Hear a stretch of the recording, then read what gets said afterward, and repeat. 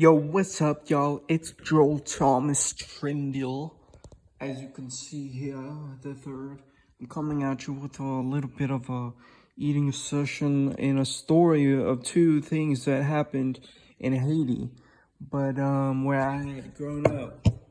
But I also visited back on this on that island and done a little bit of a excursion for a TV show is the first story, and we had actually went out to an island on a boat for this episode of Goocd, and it's a province in Haiti, Cap-Haïtien Haiti is where all this island is located that we wanted to go on for this B-roll shot and stuff like that. So we went snorkeling around this big Ilara island where we had to go miles beyond the coastline, but it was out island.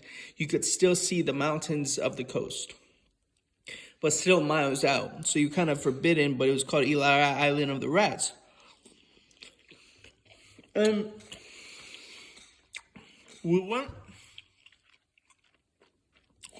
snorkeling out amongst this, and there wasn't that much coral.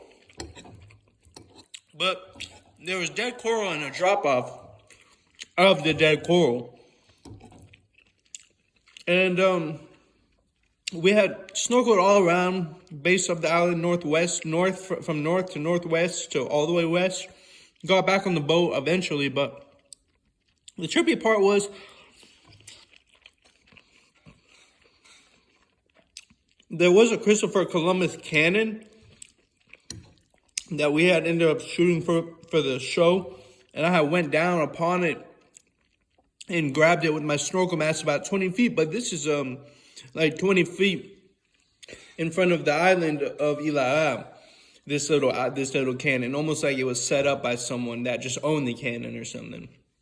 But we did a Citadel shot as well. It was another show for another province, but yeah, the trippy part is we went all the way from north to northwest or northeast to north to northwest, west. But he kept going once we kind of were already coral reefing around and the drop off for good fish to see or coral reef, but it was mostly dead. And he had ended up going back to about, so I was like, okay, I'm going to get a few shots of like this. But my grandfather, Joel the First, he went to the boat a little faster than I was going, is what I'm trying to say. Because I saw this tunnel, and it was an underground tunnel where there's a coral reef underneath it. And when I go under this tunnel to try to shoot, I wasn't thinking it was 15 feet below the water, this gap of the tunnel of the coral reef. And on the underside, I didn't realize it would be sharp, shredded coral reef.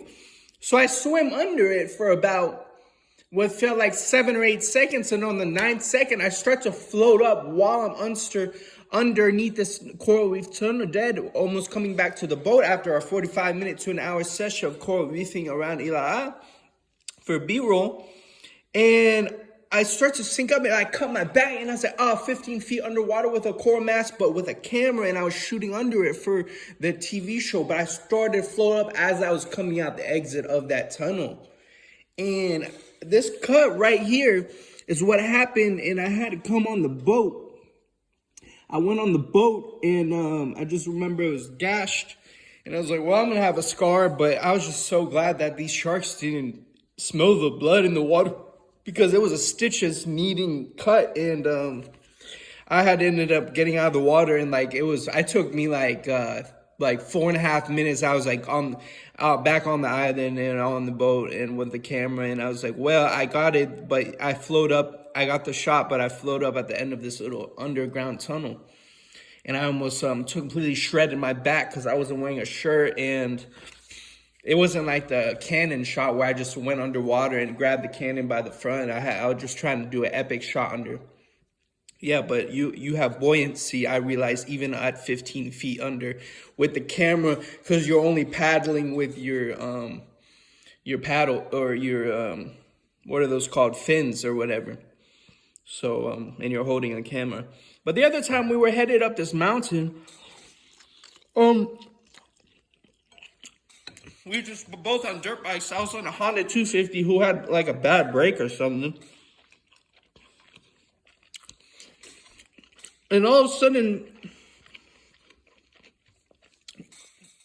well, there's just like Mud Hut to the right, selling shops I've always known on a flat part of this valley area. My grandfather stops on the way home up the mountain while we were riding dirt bikes because there was a truck immediate stop, and I realized it, and my back brake was kept faulty. It was faulty, and so I grabbed the front brake and I went over to the left of this fender, and I did a front cart to the left, and I found myself under this semi truck that's just like would be here in the US, but it wasn't a semi truck. It was a big camion or taxi that holds many people, and it almost like a double decker from London, but in Haiti. And I found myself under the back left tire coming at me if it was 3 feet away.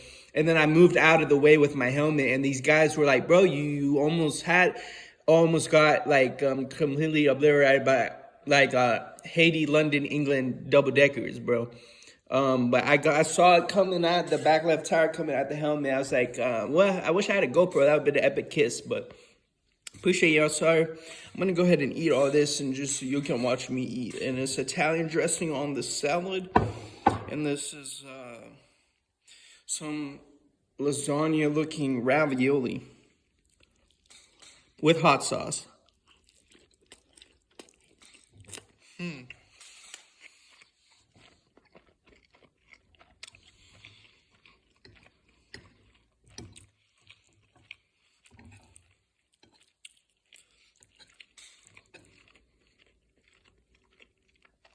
Love cheese.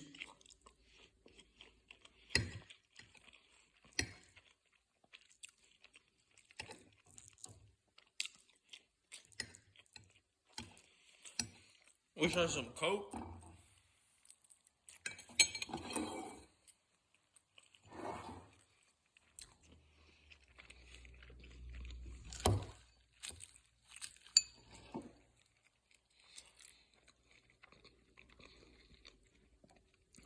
Then that's a salad.